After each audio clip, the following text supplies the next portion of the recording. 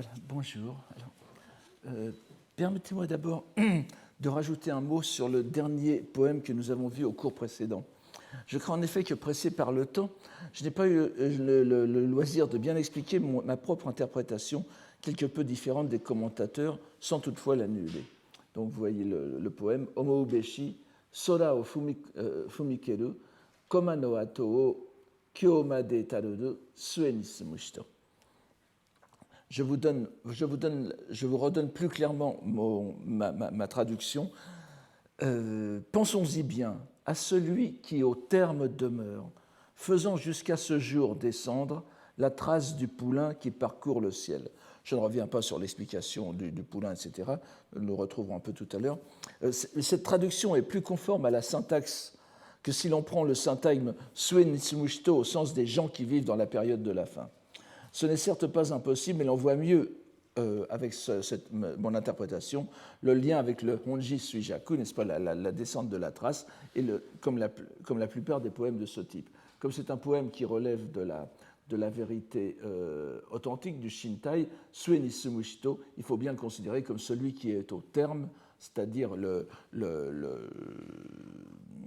Avalokiteshvara, Kannon, n'est-ce pas, en la personne de Shotoku Taishi. Voilà. Donc nous avons abordé au cours précédent les premiers poèmes de la centurie de Naniwa Hyakushu, recueil poétique composé en 1919, au moment où allait éclater la terrible crise politique qui devait marquer la fin de la vie de Jien. Nous avons vu qu'elle était entièrement consacrée à célébrer la personne du prince héritier Shotoku, considéré par Jien, selon une croyance communément répandue à son époque, comme une émanation du bodhisattva Kannon. À travers l'exaltation de la personne princière, Jien entend remettre dans la perspective bouddhique correcte non seulement les relations entre la loi bouddhique et la loi royale, mais aussi le troisième versant de ce système, qui est représenté par les divinités japonaises conçues comme traces descendues, suijaku, des bases foncières que sont les Bouddhas et Bodhisattvas. L'une des originalités de cette centurie est de mettre à plat, si l'on peut dire, en la répartissant en couples symétriques de poèmes, la double dimension des deux vérités, les Nitai, donc Shintai et Zokutai, l'authentique et la vulgaire, qui est, selon une idée explicitement formulée par Jien lui-même, présente dans tout poème japonais, par ailleurs, n'est-ce pas ? C'est dans un texte que nous avons vu il y a quelques années de Jien, où il dit bien que tout waka, et pas seulement les waka bouddhiques, se lisent en deux dimensions. Cette répartition stricte et manifeste entre les deux vérités est bien sûr singulièrement intéressante pour nous.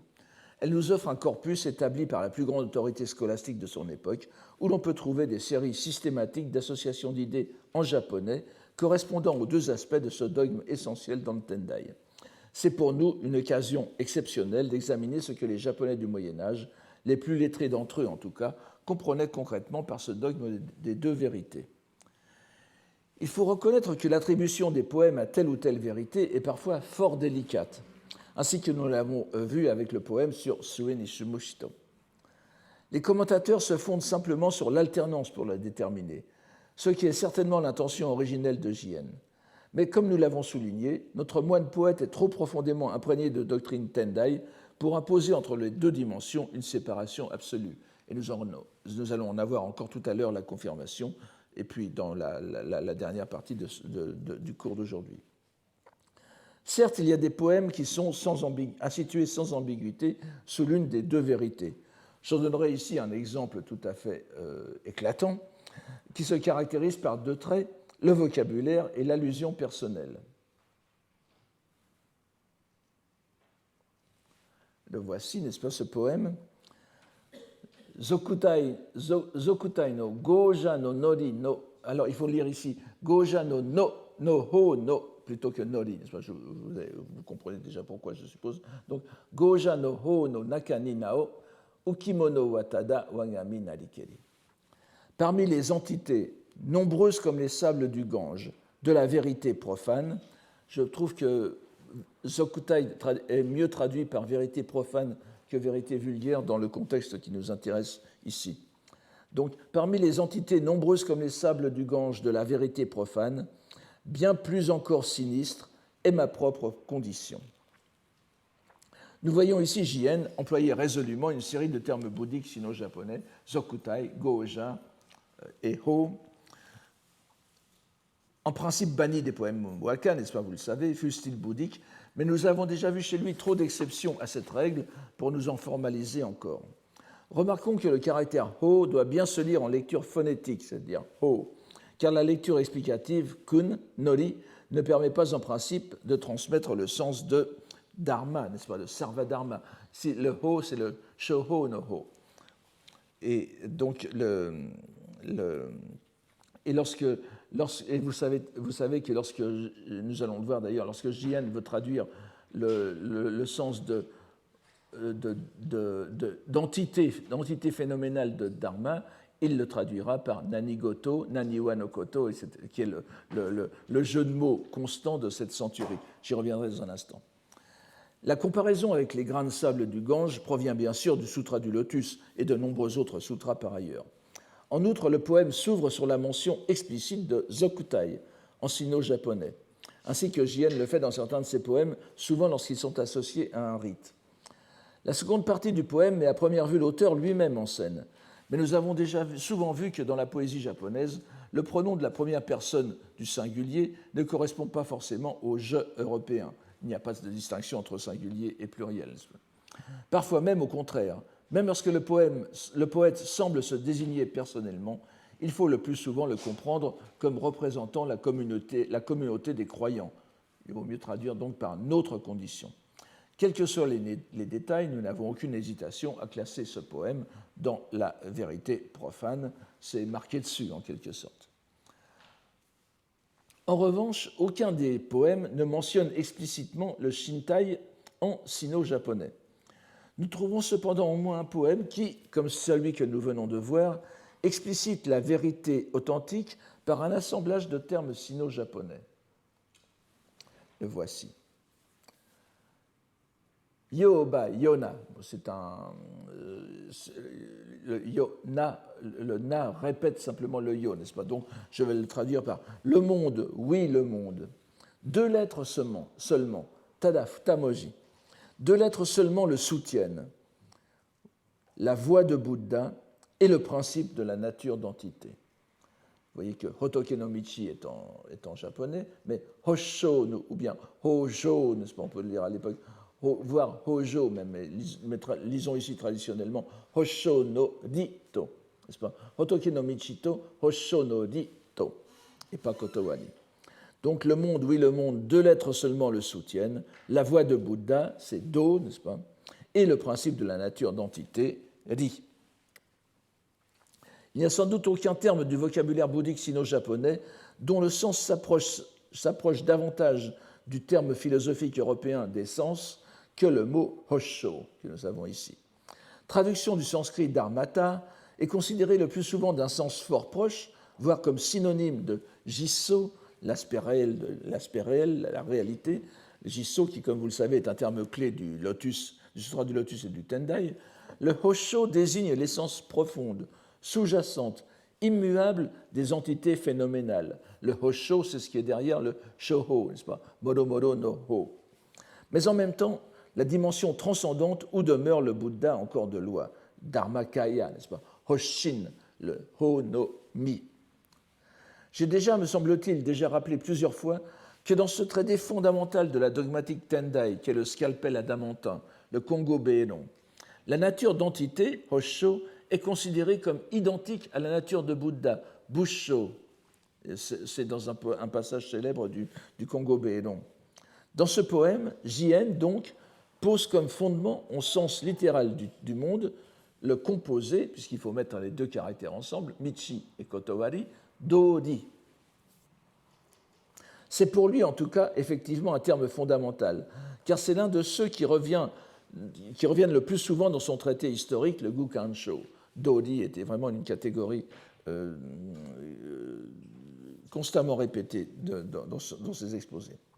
Dans ce poème, qui relève bien sûr de la vérité authentique, le monde phénoménal, Yo, et n'oublions pas aussi la dimension politique de ce terme, que l'on a tendance à négliger en traduisant simplement par ce monde ou l'ici-bas.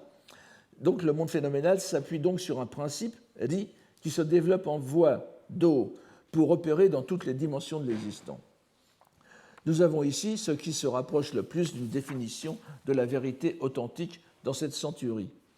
Et remarquons encore une fois combien ce recueil nous donne d'indices précieux sur l'état de la réflexion de J.N. quelques années avant qu'il ne mette la dernière main à son traité historique. La plupart du temps, c'est par métaphore, selon les règles les plus communes de la poésie japonaise, qu'il suggère ce qu'est le Shintai, la vérité suprême ou authentique. Je voudrais d'abord attirer l'attention sur l'une d'elles qui montrera que mon interprétation liminale du Sue ni Sumushito n'est pas le fruit d'un caprice de mon imagination. Le verbe sumu est en effet souvent utilisé avec l'adverbe tsune, tsuneni, jo, n'est-ce pas, dans les passages du lotus concernant l'éternité du nirvana de Bouddha. Je vous en donne ici quelques-unes qui proviennent pour la plupart du chapitre 16, n'est-ce pas, sur l'éternité, sur la longévité du Bouddha.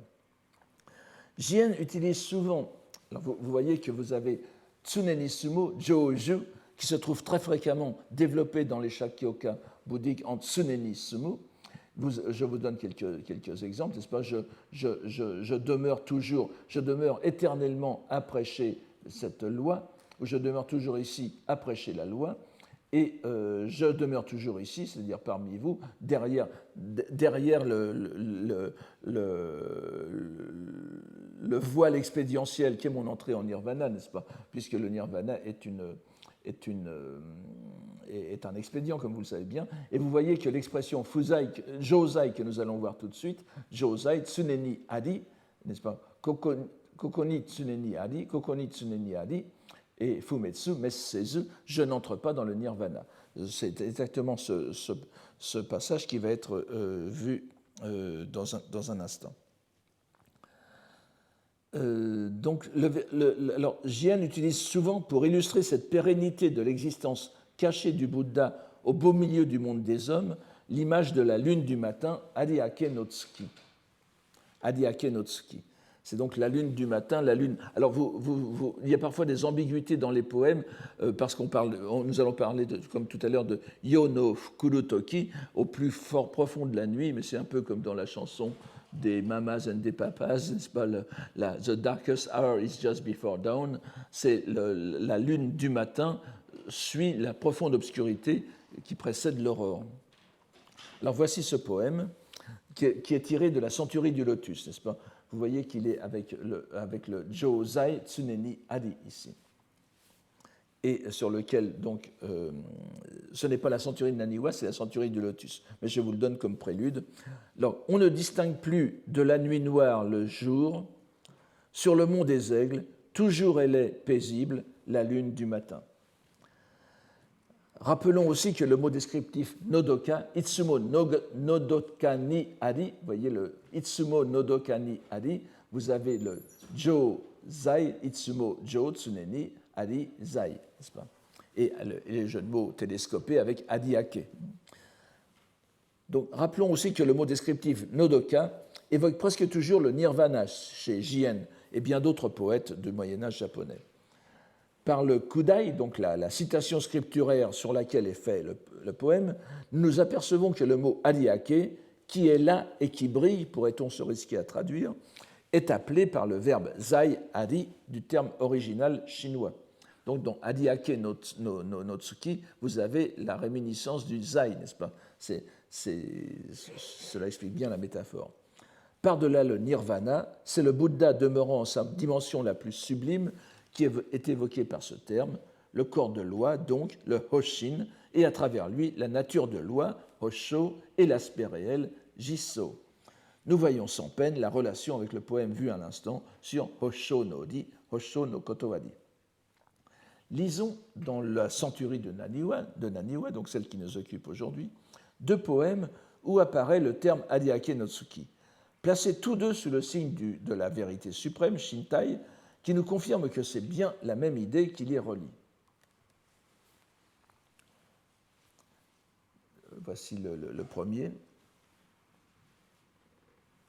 Donc, Awajishima, Washi no Takane ni Arane domo. Adiake no Tsuki o Miruzo Urishiki. Awaji-shima, certes, n'est pas le pic des aigles, et cependant, quelle joie d'y contempler la lune du matin. L'île d'Awaji, vous le savez, est l'île qui ferme la baie d'Osaka à l'ouest. Elle est visible du Shinten-noji, comme le remarquent les commentateurs. Et elle est de plus parfois identifiée à Onogoro-shima. C'est-à-dire Onogoro-shima est une petite île, sera une petite île qu'on n'a pas identifiée d'ailleurs à côté de Awaji-shima. C'est la première île de l'archipel japonais, créée, comme vous le savez, de la vase qui dégoûte de la lance tenue par Izanagi et Izanami à l'origine du monde. C'est pas... Et après Onogoro-shima, c'est Awaji-shima qui est la première des îles réelles en quelque sorte. En y apercevant la lune du matin, Jien peut donc imaginer qu'il contemple le Bouddha demeurant éternellement derrière les apparences phénoménales, tel qu'il pourrait le contempler au mont des Aigles, le Washinoyama, lequel est à la fois le mont Hiei près de Kyoto et le pic du Vautour près de la mythique Bénarès.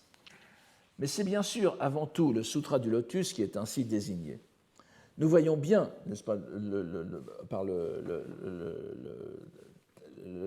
à la fois le Takamine, là c'est Takamine, il faut mieux dire, j'ai mis Washi no Takeni, on peut lire aussi Washi no Takeni, enfin si.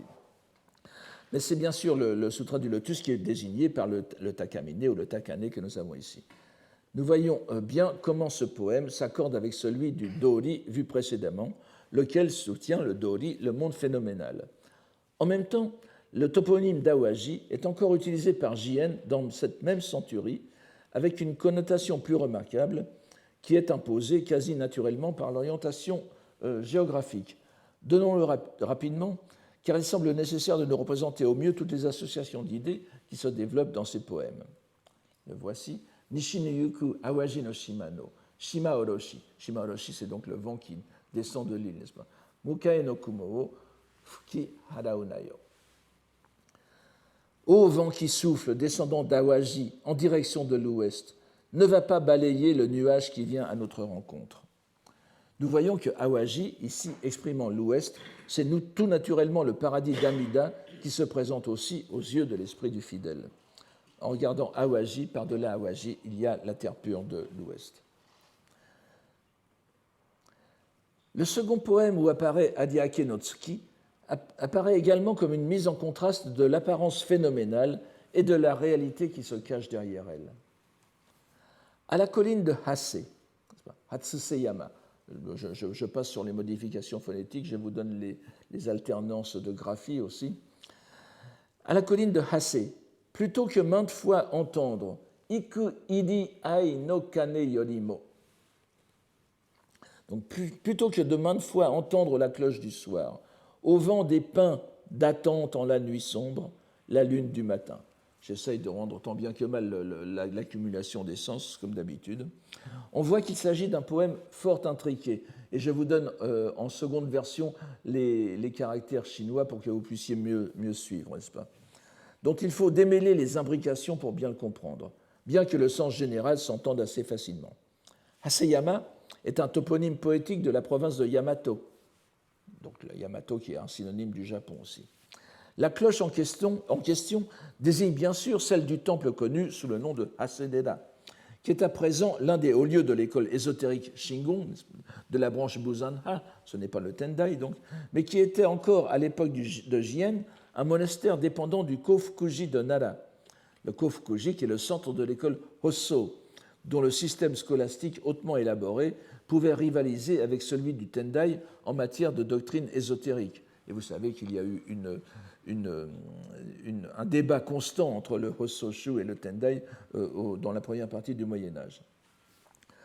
Aucun commentateur ne relève cette possibilité d'interprétation, qui nous semble cependant fort plausible si l'on tient compte de la locution yorimo, n'est-ce pas, kane yorimo, qui laisse entendre une nuance dépréciative à l'égard du second terme de la comparaison.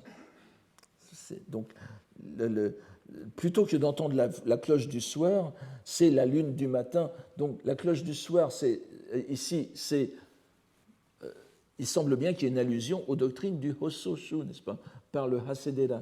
Et donc le yorimo qui implique un choix dépréciatif par rapport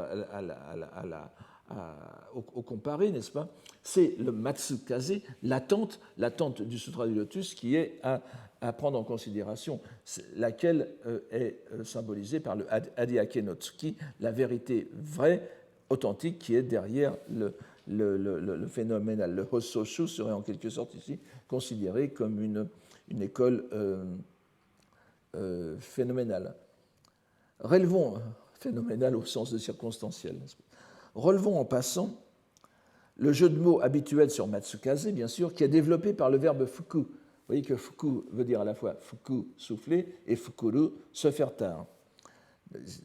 La nuit phénoménale qui va en s'épaississant est promesse de l'apparition de la lune du matin que le vent de l'attente débarrassera des nuages de l'ignorance.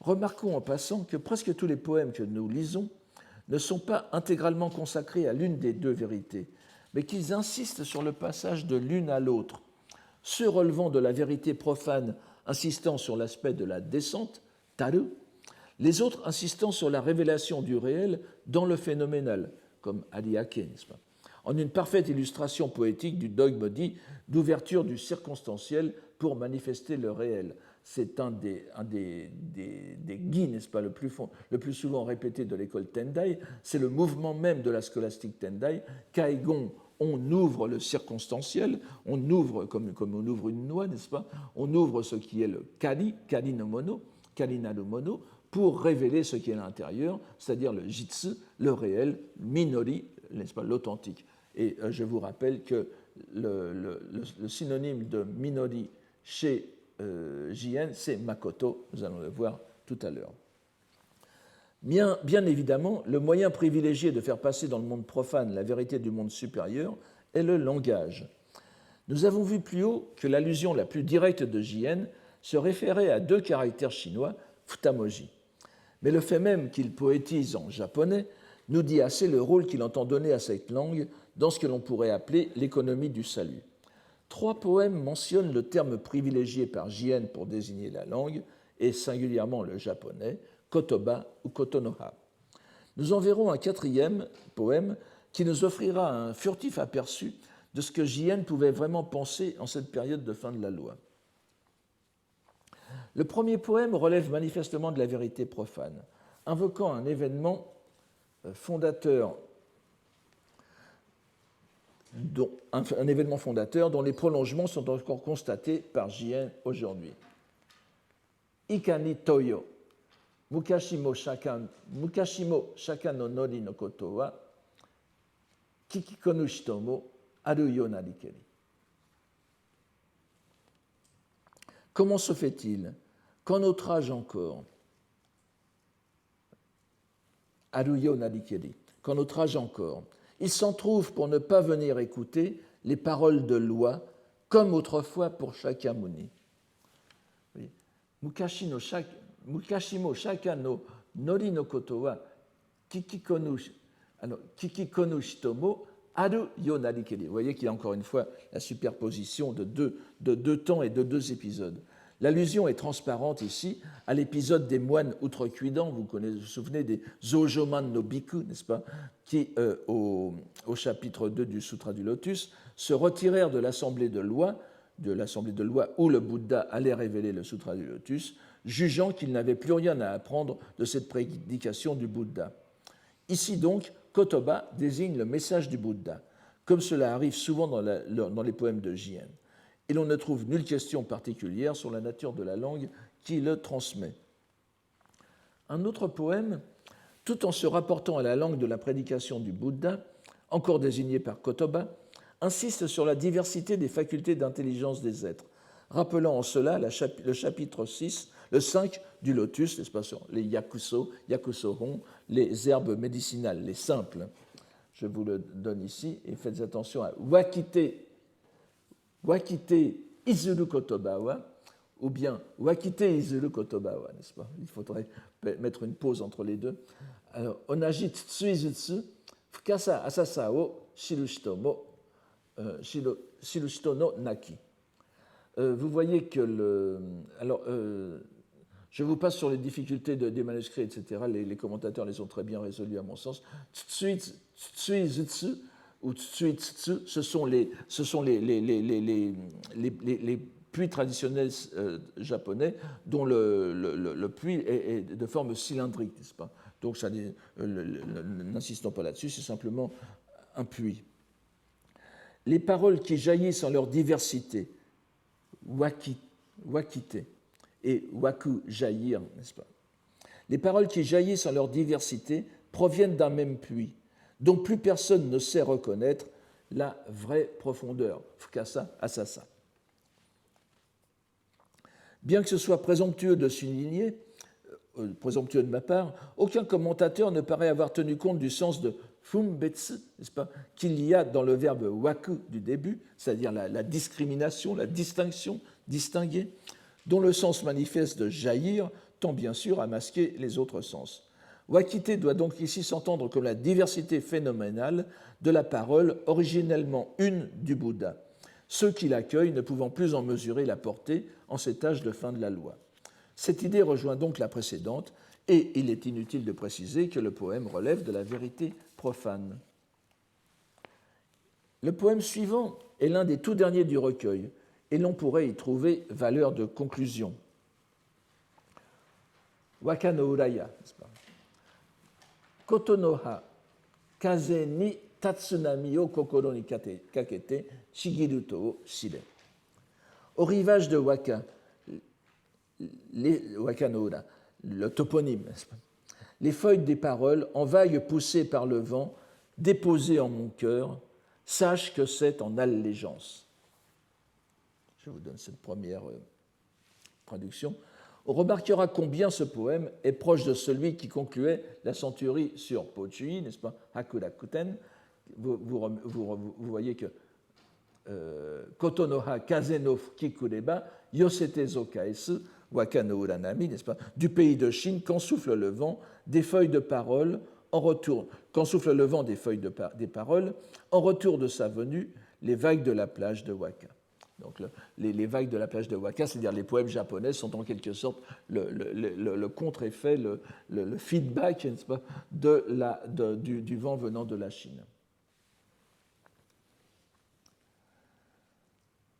Celui-ci, celui qui est ici, relevant de la vérité profane, est en quelque sorte l'envoi de Jien à Shotoku Taishi, faisant de son recueil, déposé en offrande de loi, un lien d'affinité, ketchien, n'est-ce pas, ce qui explique le chigiru ici, l'allégeance, le lien d'obligation que l'on crée. Un lien d'affinité, donc, avec, et nous allons voir que c'est confirmé dans la postface, bien sûr, avec le prince protecteur des deux lois, bouddhique et royal. On voit encore une fois, comme dans le recueil précédent, où le waka était considéré comme la réponse dans le domaine phénoménal à la langue sacrée, en quelque sorte la hiéroglosse chinoise, que c'est le même waka qui est signe d'alliance entre les deux dimensions.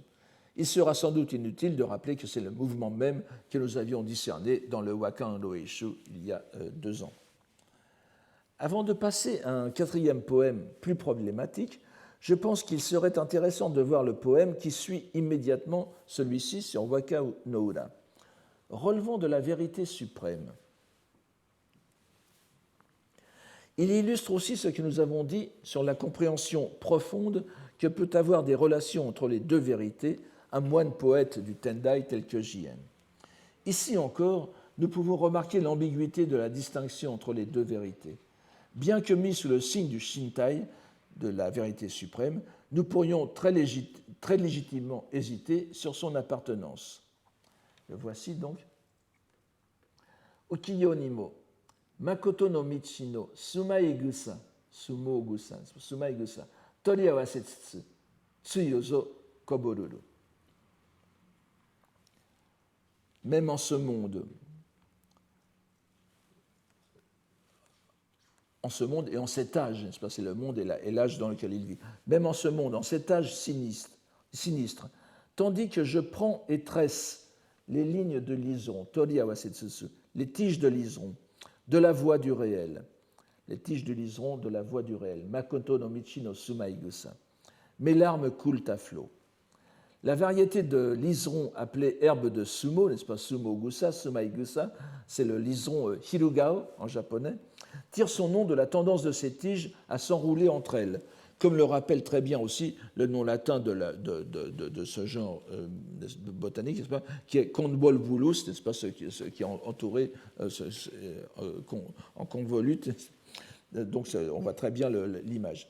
Tous les commentateurs s'accordent à reconnaître que ce poème exprime l'entrelac étroit des deux vérités. Les pleurs du poète sont laissés à notre interprétation, soit la reconnaissance à l'égard de Shotoku Taishi, ou bien l'émotion à penser que derrière la vérité profane se tient à jamais la réalité du lotus. Évidemment, Makoto no Michi, je vous ai dit tout à l'heure, Minori, Makoto sont synonymes. Makoto no Michi, ce n'est pas seulement la voie bouddhique, comme le disait le commentateur, c'est vraiment l'enseignement du lotus.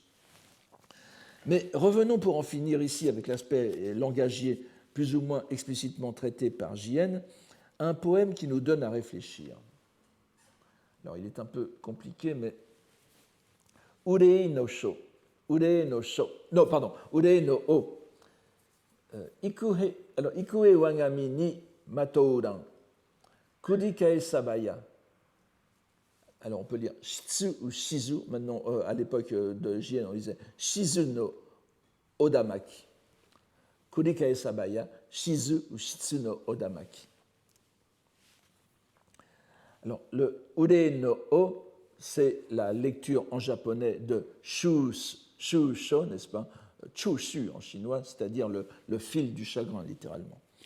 Donc l'émotion O étant considéré comme le nasake, le sentiment. Les fils de mon chagrin, de combien de tours m'en serreront-ils?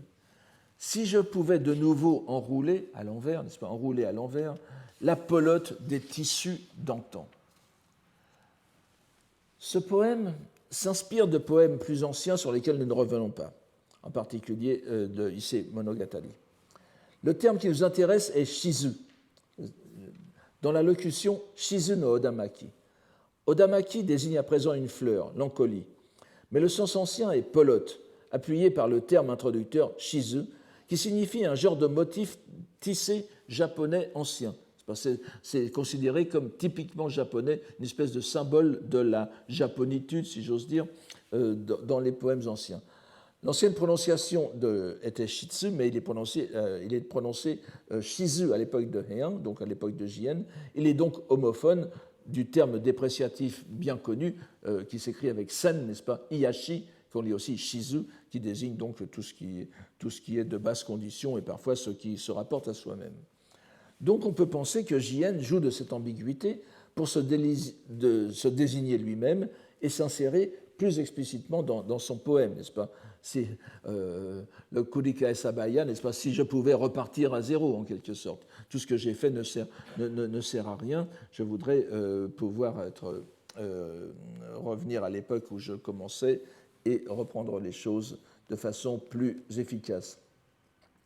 Donc ce poème se présente comme une réflexion sur l'inutilité de l'action du prélat tout au long de sa vie et l'expression d'un désir de revenir au point de départ. Mais si l'on prend garde à la graphie en caractère chinois du mot shizu, vous le voyez ici, n'est-ce pas? Littéralement, wabun.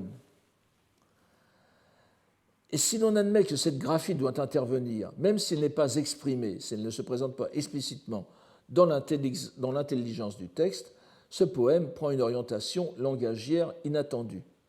En effet, shizu s'écrit avec deux caractères signifiant Yamato, n'est-ce pas, wa no aya, puisque bun peut se dire aya, les motifs, les décoratifs, donc les motifs japonais, mais aussi Yamato no fumi, Yamato bumi, les textes japonais. Et si on regarde cette graphie en filigrane, n'est-ce pas, c'est le cas de le dire, dans ce poème, l'on comprendrait alors que J.N. s'interroge sur l'utilité même de son œuvre en langue japonaise. Et ce poème serait à ajouter à ceux qui concernent la langue. Malheureusement, aucun commentateur ne semble avoir pris en compte cette possibilité. Cela ne nous arrête pas d'ordinaire, mais l'on doit reconnaître que cette interprétation est fort risquée. Elle est pourtant tout à fait intéressante. Et je ne pense pas qu'on puisse l'écarter. Malgré le peu de temps que nous avons, je voudrais que nous lisions aussi le poème Shintai, donc puisque là c'est un poème Zokutai, n'est-ce pas, de la vérité profane. Le poème de la vérité suprême correspond à celui que nous venons de voir. Ko wa ikani, shito ni mumarete, nori o kiketo, oshiraretaru, mito wa shirazuya. Qu'est-ce donc à dire? Alors que né humain, il te fut enseigné d'écouter la loi et de ne plus le savoir. C'est un appel en réponse, pourrait-on dire, au poème précédent, à se souvenir que la condition humaine est la condition première pour rencontrer la loi bouddhique. Ici encore, nous pouvons voir l'ambiguïté de la formulation. L'interrogation négative qui est adressée à l'auteur comme aux gens de son époque en général implique certainement la constatation d'un manque. Et de ce point de vue, ce poème s'accorde bien au précédent. On pourrait même le considérer comme plus pessimiste encore que le premier, puisqu'il le premier traite de l'inutilité des efforts du poète, alors que le second est le constat de l'ignorance de sa condition. Mi towa shirazuya peut aussi se considérer qu'on est dans le mumio, n'est-ce pas, l'ignorance. Et alors que ce poème est considéré comme Shintai, n'est-ce pas? Et comme vous voyez, c'est un mouvement, l'attribution à telle ou telle vérité est dans le mouvement même. Ici, il nous invite à passer de ce shirazarumi, n'est-ce pas, de cette condition où l'on ignore, à le shito ni mumarete nori o kiketo oshiraretaru, c'est-à-dire l'enseignement premier du Bouddha dès le début, qui est, en tant qu'être humain, d'écouter la loi. Donc c'est un mouvement ascendant et de ce point de vue, il engage la vérité suprême. Bien entendu, le cœur doctrinal de cette centurie est le Sutra du Lotus. Et nous avons brièvement fait allusion à l'importance du prince Shotoku, avatar du deuxième maître du Tendai, Hoese Eshi, et en même temps avatar d'Avalokiteshvara, dans la fortune du Sutra du Lotus au Japon. Un poème transpose l'un des enseignements fondamentaux du lotus en des termes familiers à Jien, tout en les adaptant à la situation historique du Shiten-no-ji. Voici ce poème. Kimi wa geni, nani wa no kotomo. Alors nous retrouvons ici, n'est-ce pas, Minori zoto, ushiuru urani, ato o tarekeru. Alors le kimi, là je propose de le traduire ici par Monseigneur, n'est-ce pas? C'est à la fois donc une adresse à Shotoku Taishi et en même temps à Avalokiteshvara, à Kannon, et aussi ça peut être aussi considéré comme le pronom de la deuxième personne. Monseigneur en vérité, Geni. Geni s'écrit aussi Jitsu, n'est-ce pas? Vous le savez. Donc vous voyez que nous avons ici Geni et Naniwa no Kotomo, comme si on n'avait pas compris que Naniwa no Kotomo traduisait aussi Jitsu. Monseigneur en vérité a fait descendre sa trace sur la rive où s'enseigna que toutes les choses de Naniwa, je transcris, j'essaie de faire passer le jeu de mots, que sur la rive où s'enseigna que toutes les choses de Naniwa sont la loi de réalité. Nous voyons tous que c'est encore une fois l'expression Shoho Jisso, la réalité des choses, qui est encryptée dans la première partie du poème, avec le recours classique au toponyme même de Naniwa, compris comme n'importe quelle chose. Naniwa no Kotomo, n'est-ce pas?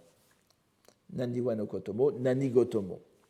Il est intéressant de voir ici que Jien raffine le jeu de mots en ayant recours à Minori plutôt que Makoto. Vous voyez que Naniwa no Kotomo Minori, c'est le Minori de la loi auguste, mais c'est en même temps le Minori de Jitsu. Et ça rappelle exactement, vous vous souvenez de, n'est-ce pas, de Tsunokuni no Naniwa no Kotomo Makoto Towa, Naniwa no Kotomo Makoto Towa de Jien, qui traduisait bien le Shoho Jisso, ici se transforme en Naniwa no Kotomo Minori Zo To. C'est la même chose. Makoto s'écrit avec Jitsu et Minori, bien sûr, c'est Jitsu. Le lecteur a à faire un effort de transposition supplémentaire, donc, pour passer de l'auguste loi à la réalité, désignée par Minori comme lecture explicative de Jitsu.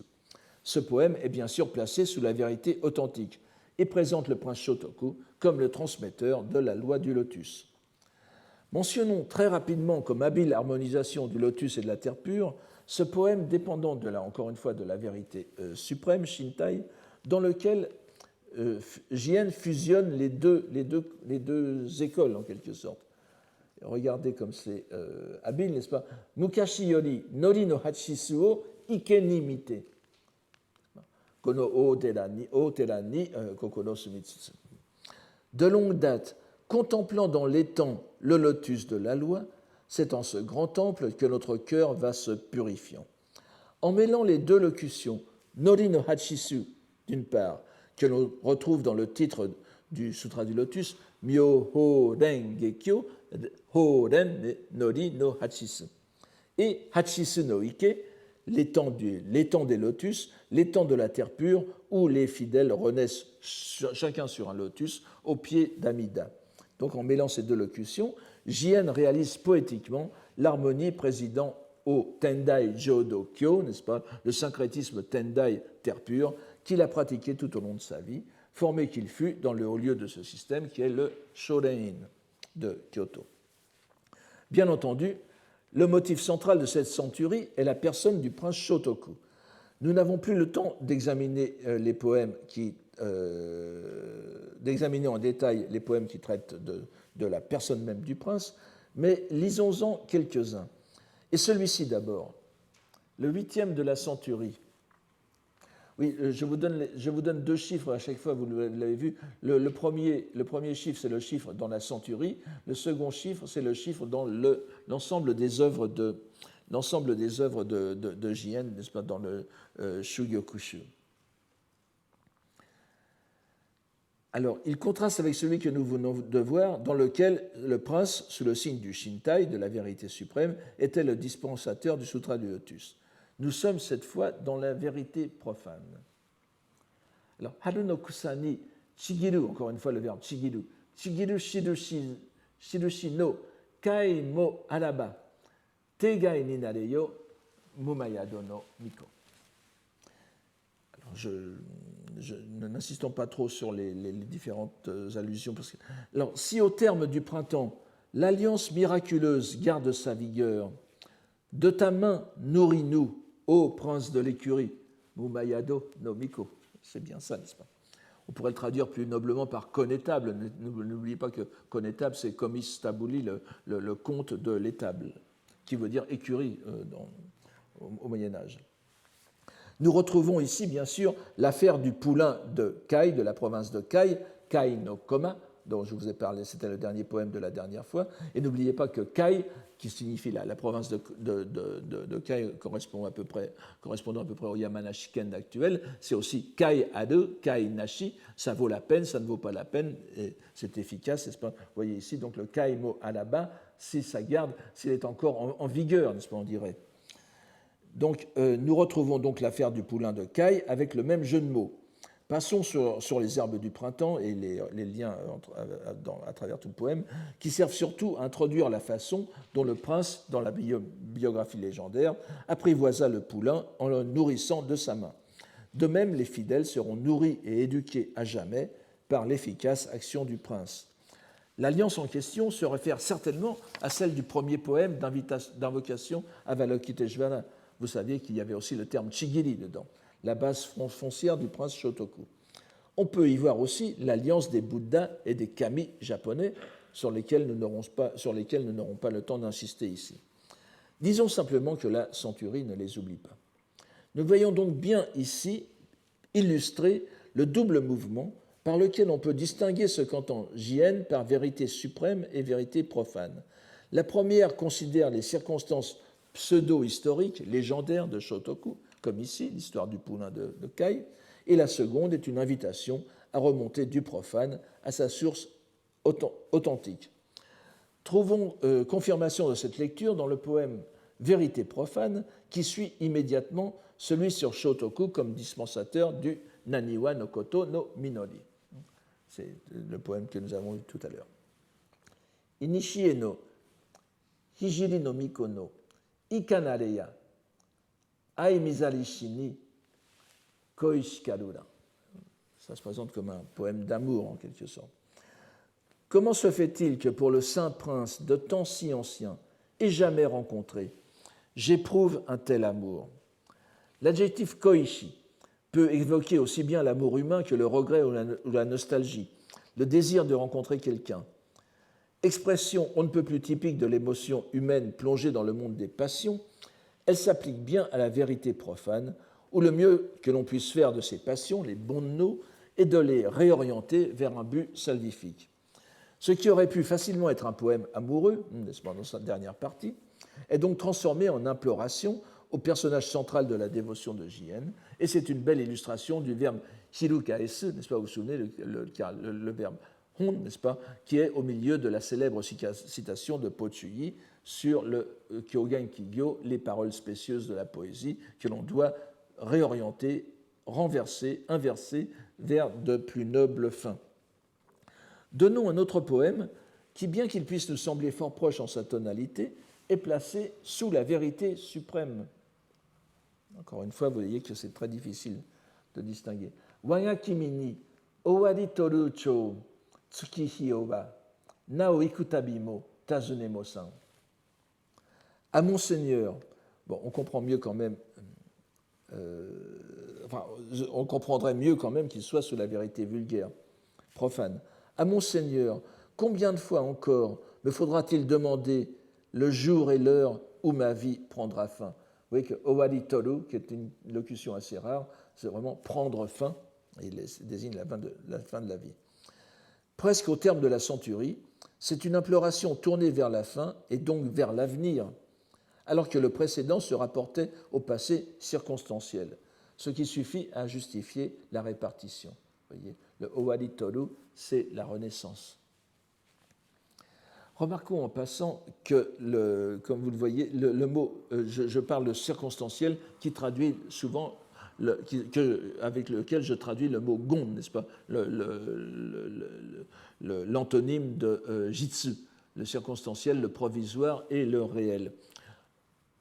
Si vous vous souvenez du premier cours, dans la poésie de Son En, le disciple à un siècle de distance de Jien, le mot kari, avec le jeu sur l'oie sauvage, n'est-ce pas, karigane, gan, est très souvent utilisé, et dans les poèmes postérieurs. Or, on ne trouve jamais ce genre de jeu de mots chez Jien. Ce qui veut dire qu'il y a vraiment une histoire, en quelque sorte, des Shakkyokan, même du vocabulaire. Jien emploie des mots comme karisome pour désigner ce qui est circonstanciel, mais il n'y a jamais le jeu de mots sur l'oie sauvage que nous voyons très souvent dans les Shakya postérieurs, dans les Shakkyoka postérieurs. Ici, on pourrait, dans cette centurie de Naniwa, n'est-ce pas, qui est divisée entre Zokutai et Shintai, ce serait l'occasion ou jamais d'utiliser ce vocabulaire. Jien ne le fait pas. Donc voilà, il faut faire aussi l'histoire du vocabulaire de chaque kyoka, n'est-ce pas? Avant d'aborder un dernier thème de cette centurie, lisons un poème qui combine merveilleusement, en une incroyable densité d'expression et aux dépens malgré tout de la rigueur poétique, plusieurs thèmes fondamentaux de la dévotion à la personne de Shotoku, telle que Jien la conçoit et la justifie. Vous voyez, il est bourré de termes chinois. Alors, Hanyadai ni osamete okiteshi, hokekyo mo yumedono yorizo utsutsu ni wa koshi. Le sutra du lotus. Alors, pardonnez la mignardise de cette phrase, mais bon, je me suis laissé aller. Le sutra du lotus, tel que déposé fut et gardé en la terrasse de Sapiens, c'est de la chapelle du rêve qu'il vint à la réalité.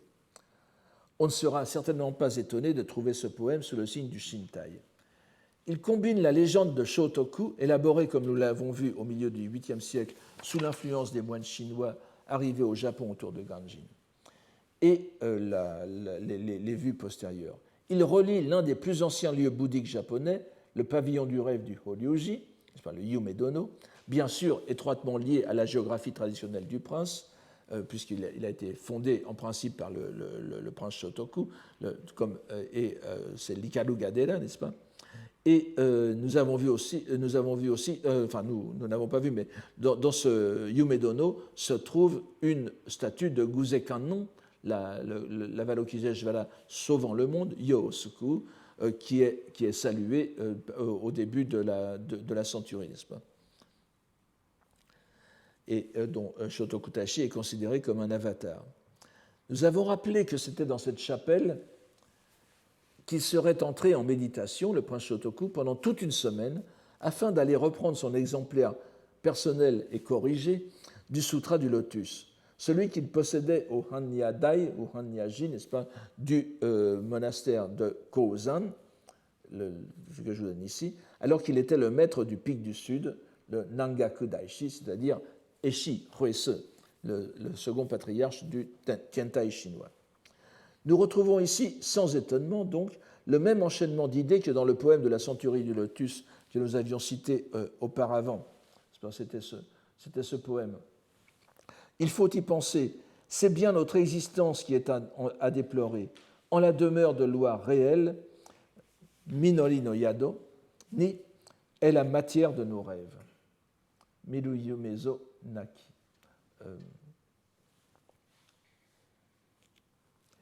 Donc, je vous l'avais dit la dernière fois, n'est-ce pas? Donc vous voyez le rapport entre les deux. Et c'est le rapport qui est établi entre rêve, yume, réalité, utsutsu, et Sutra du Lotus, Hokekyo. En même temps que vous avez le Minori no Yado, n'est-ce pas? Le Utsutsu est dépassé par le Minori, la réalité du lotus, et ici, le Yumedomo Yorizo Utsutsu ni Wakoshi, il est venu à la réalité par le Hokekyo. C'est une pensée voisine. Il n'est pas même jusqu'au mot dono, n'est-ce pas, la chapelle, qui ne reprenne le terme de Yado du poème précédent. Le rêve mène à une réalité plus haute, qui est celle du lotus. Ce rêve qui confirme la réalité est bien sûr mis sous le signe de la vérité suprême. Le rêve est en fait un thème qui revient souvent dans cette centurie, mais le plus souvent comme manifestation de la vérité profane. C'est en effet le moyen de communication circonstanciel le plus simple qu'aient les dieux et les bodhisattvas de prévenir les humains de leurs intentions. C'est bien évidemment le cas de ce poème dans lequel Jien évoque le rêve qui lui a appris la naissance du futur empereur, le prince Kanenari, puisque le prétexte de cette centurie, n'est-ce pas, c'est la naissance de Kanenari, nous y reviendrons très brièvement dans la postface, dont nous avons vu que les espoirs qu'il avait suscités par sa naissance ne pourront s'épanouir, puisqu'il va être victime de la crise de 1221. Mais Jien est encore sous le charme du rêve ici. Faisons-lui confiance et remettons-nous-en au saint prince. Hijiri, évidemment, je ne l'ai pas dit, mais cela va sans dire. Hijiri, c'est le premier caractère c'est la lecture japonaise, kun, du premier caractère de Shotoku, n'est-ce pas? À chaque fois qu'on parle de Hijiri, on fait allusion à Shotoku Taishi. Ça crève les yeux, mais il n'est peut-être pas nécessaire il n'est peut-être pas inutile de le redire. C'est pour ça que j'ai traduit ici par le Saint Prince, pour qu'il n'y ait pas d'ambiguïté. Mais Hijiri à lui seul rappelle Sho de Shotoku. Faisons-lui confiance et remettons-nous-en au Saint Prince. L'annonce faite par lui en rêve, nous l'entendons en sa réalité. Vous voyez que ce terme est très intéressant. Yume nimo tsugete, c'est l'annonce qui a été faite en rêve par l'annonce de la naissance du futur empereur. Je ne reviens pas sur les détails. Ça a été donné en rêve à un autre moine qui l'a rapporté à Shotoku, et c'est le début de cette centurie. Nous le reverrons dans la postface. Mais vous voyez que le Yume nimo tsugete, c'est quelqu'un d'autre, et Utsutsu ni Mokiku, c'est Shotoku Taishi, c'est Jien lui-même, n'est-ce pas? Dans le rêve, cela a été rapporté, et il le constate, et il le voit, c'est la nouvelle Kiku, n'est-ce pas, qu'il écoute, qu'il entend. Donc, sous le signe du Shintai, c'est encore le rêve, ici, de la vérité suprême, donc pris comme les prémices du réel. Mais le rêve, le plus souvent quand même, est avant tout dans notre monde la manifestation de l'irréel et donc de la vérité profane. Nous n'en donnerons qu'un exemple qui est tout à fait entendu, convenu, n'est-ce pas? Ce corps éphémère, Adanomi, que serait-il pour nous? Les ans ont passé. Oui, je n'insiste pas trop. Enfin, il y a quelques divergences possibles. Oui, je vous donne une interprétation possible. Que serait-il pour nous? Les ans ont passé. Mais quand de notre rêve pourrons-nous nous éveiller? Il est inutile d'insister sur les poèmes de cette trempe qui ne font qu'exprimer l'évidence. Retenons malgré tout le statut double du rêve chez J.N., comme chez tous les poètes de son époque, et souvenons-nous du crédit qu'il y a accordé dans son Musōki, ses chroniques du rêve, n'est-ce pas, précisément comme communication des sphères supérieures de la réalité. Cette centurie de Naniwa aurait amplement mérité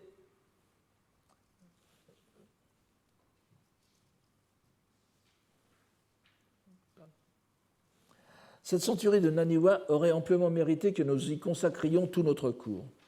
Mais nous avons fait le pari plus risqué de présenter au long de ces 13 heures une vue d'ensemble de la pensée de J.N. telle qu'elle s'exprime dans la variété de sa production littéraire. Nous devons donc arrêter ici notre lecture de la centurie, non sans au préalable en lire la postface. Les préfaces et postfaces de J.N. nous fournissent en effet des renseignements précieux, bien que fragmentaires, sur le sens qu'il donnait à son activité poétique. Et la postface de la centurie de Naniwa n'échappe pas à la règle. Il nous faut donc la regarder attentivement. La règle Narai. Voyons-en d'abord la première phrase, longue et complexe. Je ne vous la lis pas, vous la parcourez du regard pendant que je vous la traduis. Donc cette première phrase qui est assez emberlificotée, n'est-ce pas, comme souvent ce qu'écrit J.N.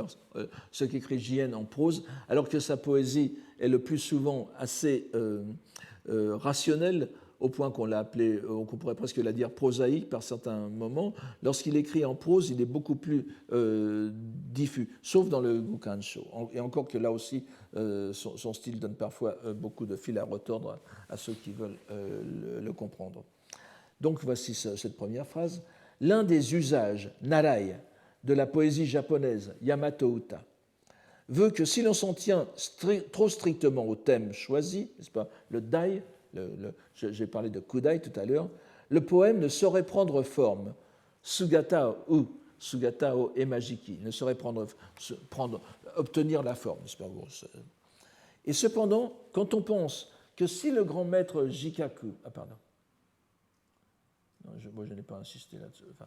Si le grand maître Jikaku a compris précisément les deux vérités, le Jikaku Daishi, c'est évidemment Ennin, n'est-ce pas, le grand moine Tendai japonais du IXe siècle, le disciple de Saicho, et qui s'est rendu en Chine de 838 à 847. Il a vécu quasiment 10 ans en Chine, à l'époque où le bouddhisme a été persécuté et où Po-Chuyi, n'est-ce pas, Hakurakuten, mourait, n'est-ce pas.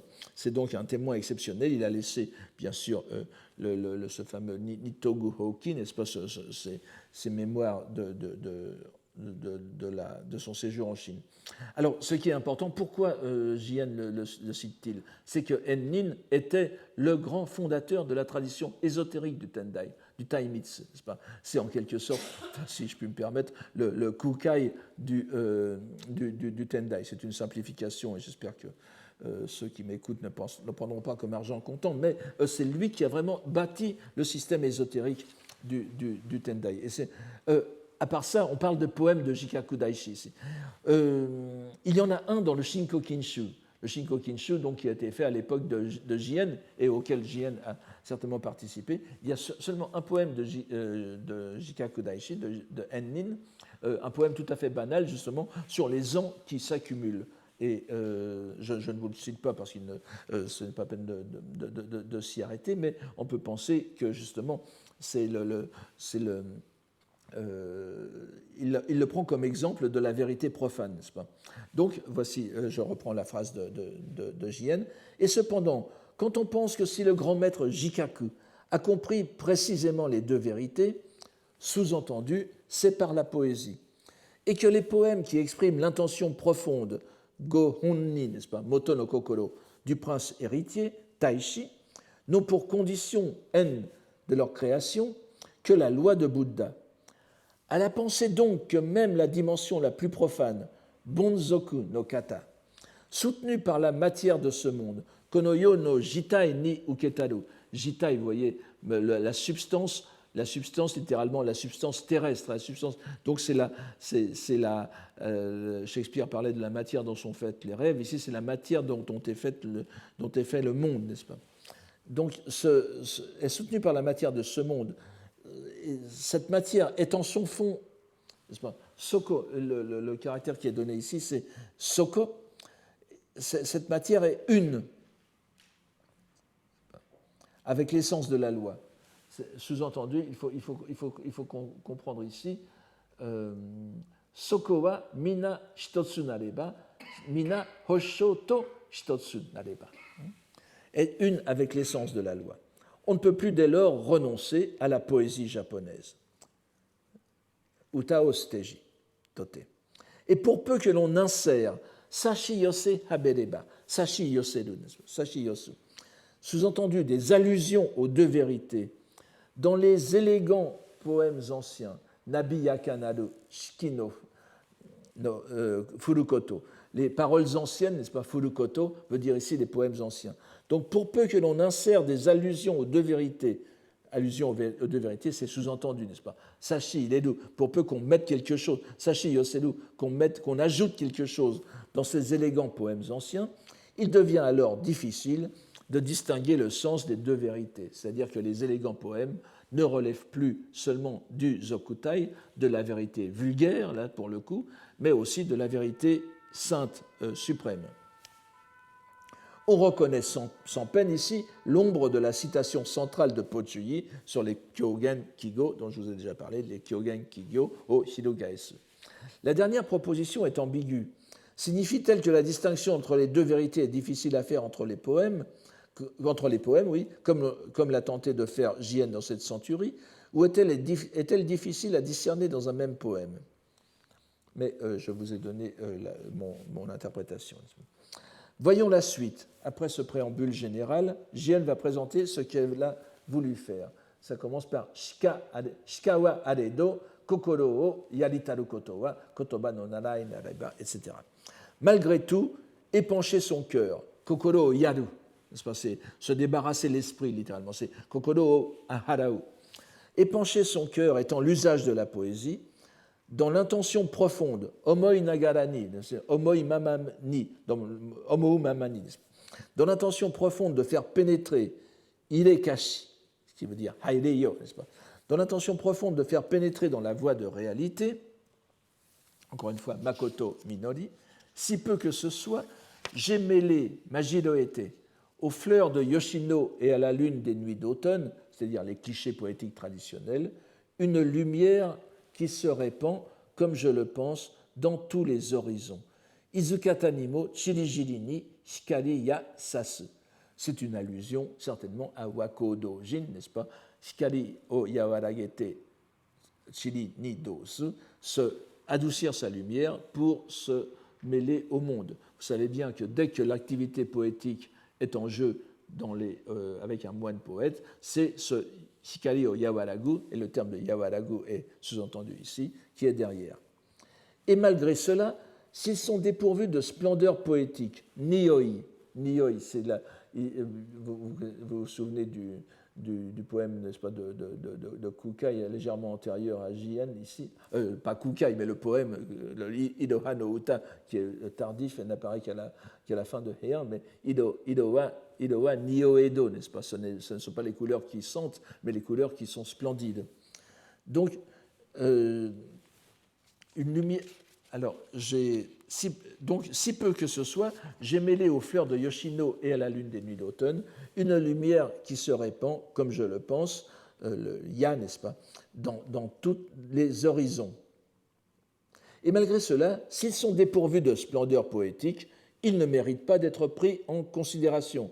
Torukata mo haberan ninan. Il faut vraiment il faut qu'il y ait un lustre poétique pour qu'on y fasse attention.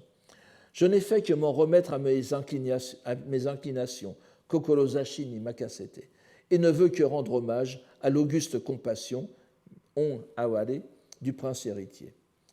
Ici, Jien nous trahit quelques secrets de fabrication, pour ainsi dire. Il a voulu ajouter au cliché poétique, furukoto, convenu, une splendeur nioi, issue de la lumière provenant de la doctrine bouddhique. Cette œuvre de conversion, en quelque sorte, qui est ici exprimée par Makoto no Michi Nimo Ide, entrée dans la loi de vérité. C'est une œuvre de conversion qu'on appelle Kedo, n'est-ce pas? Le kasu, littéralement, convertir la voie convertir à la voie. Et voyons enfin ensuite la fin plus concrète, n'est-ce pas, qui est Koremo tada suzuru ni omoitatsu ni wa haberanu narubeshi. Cela s'est fait pour ainsi dire sans intention précise, suzuru ni, qu'il faudrait séparer de omoitatsu, ni décision de ma part. Alors que j'avais composé à un certain moment, Itsuzoya, 3 poèmes à l'occasion